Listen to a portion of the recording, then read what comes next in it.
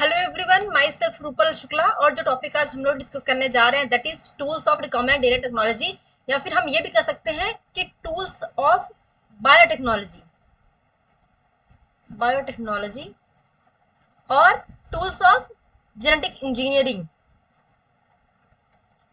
इन तीनों वर्ड से कैसे भी क्वेश्चन आए उसके जो टूल्स होंगे वो यही सारे टूल्स होंगे, genetic engineering. So genetic engineering और recombinant DNA technology can be accomplished only if you have the key tools. और वो की टूल्स क्या है? पहला, रिस्ट्रिक्शन एंजाइम, जो कि मोस्ट इंपॉर्टेंट है।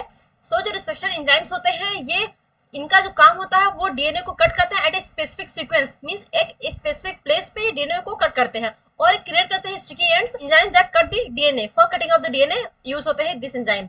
फिर second, polymerase enzymes. So polymerase enzymes में बहुत सारे एंजाइम्स होते हैं, जैसे कि डीएनए पॉलीमरेज, आरएनए पॉलीमरेज, ये सब टाइप है पॉलीमरेज एंजाइम्स के। काम होता है डुप्लीकेट द डीएनए कंटेंट, वो डीएनए कंटेंट को करता है डुप्लीकेट, या फिर इसके रेप्लिकेशन में पॉलीमरेज एंजाइम का यूज होता है। Now ligase enzyme that catalyses joining of two molecules in the DNA. तो जो काम है लाइगेज का, वो जॉइनिंग का है, वो सीलिंग का काम है। मींस ये दो डीएनए के दो एंड्स को जॉइन करता है या फिर उनको सील करते हैं। तो नेक्स्ट, वेक्टर। वेक्टर काम करते हैं व्हीकल का, कैरी करते हैं जेनेटिक मटेरियल को, फॉरेन जेनेटिक मटेरियल को इनटू अनदर सेल, मींस एक जगह से दूसरी जगह वो जेनेटिक मटेरियल को ट्रांसफर करते हैं। Next, plasmids. जो प्लाज्मिड होता है ये autonomously replicating extra chromosome material होते हैं। तो इनका ये टाइप के वेक्टर होते हैं, ये होते हैं टाइप के वेक्टर जो कि इंट्रोड्यूस करते हैं फॉरेन डीएनए इनटू बैक्टीरिया। तो ये किसी फॉरेन डीएनए को बैक्टीरिया में इंट्रोड्यूस करने में ये हेल्पफुल होते हैं। Next, probe. तो probe is a sample DNA piece, तो मींस एक स्मॉल सेगमेंट है डीएनए पीस डीएनए का, जो कि सैंपल एज सैंपल काम करता है, कंपेयर करता है the gene in the DNA. At last, host organism.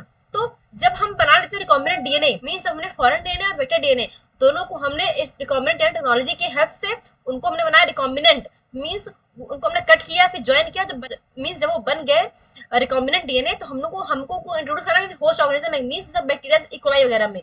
तो जो होस्ट ऑर्गेनिज्म होते हैं इनटू विच रिकॉम्बिनेंट डीएनए इंट्रोड्यूस, तो यहाँ पे हम रिकॉम्बिनेंट डीएनए को इंट्रोड्यूस करा दें ताकि वो मल्टीप्लाई करें फिर और भी रेप्लिकेट करें। Now restriction enzymes. तो जो पहला रिस्ट्रिक्शन एंजाइम है वो होता है Hind second. Exam point of view से बहुत इंपॉर्टेंट है, ये क्वेश्चन हमेशा एग्जाम पूछ जाता है। और जो हिंद सेकंड है ये कट करता है स्पेसिफिक सीक्वेंस में, दैट इज वो जो सीक्वेंस होता है वो 6 बेस पेयर का होना चाहिए। और ये 6 बेस पेयर सीक्वेंस जो है इसकी रिकॉग्निशन साइट होती है। मान लीजिए इको R1 है, तो अब हमें करना है नेमिंग। तो हम नेमिंग कैसे करते हैं इनका? तो जैसे जो फर्स्ट लेटर होता है वो आता है फ्रॉम जीनस, मींस एशर्शिया कोलाई होता है, ई कोलाई, यहाँ पे एशर्शिया कोलाई, एशर्शिया जीनस हो गया।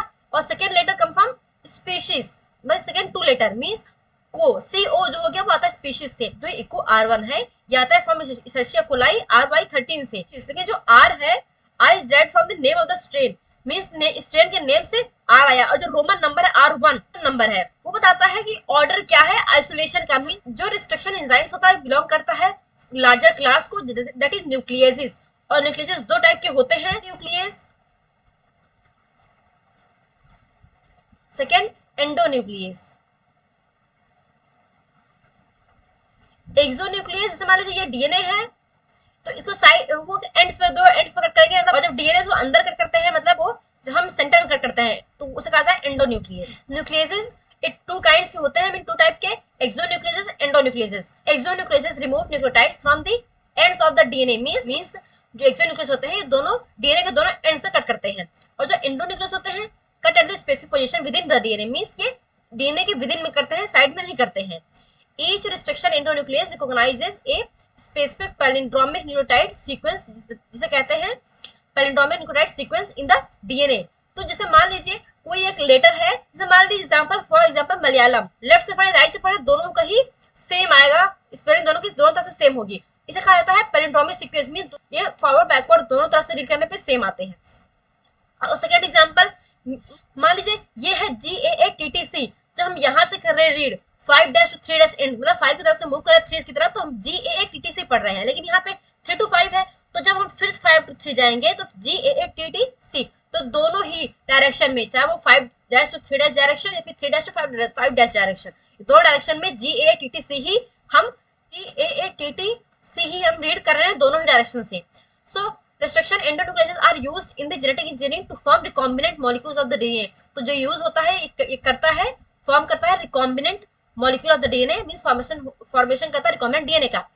When cut by the same restriction enzymes, जब दोनों ही कट होते हैं सेम restriction enzyme से, और रिजल्टेंट होता क्या होता है उसका DNA फ्रेगमेंट, वो बनाते हैं स्टिकी एंड्स. तो वो स्टिकी एंड्स दिए, और जो ये स्टिकी एंड्स होते हैं वो ज्वाइन होते हैं together by using DNA ligase. So जो डीएनए लाइगेज होता है वो काम करते हैं ज्वाइनिंग का, फिर सीलिंग का, दोनों एंड्स को. So this is the end of the video. अगर आपकी वीडियो अच्छी लगी हो so please like share subscribe to my channel. Thank you.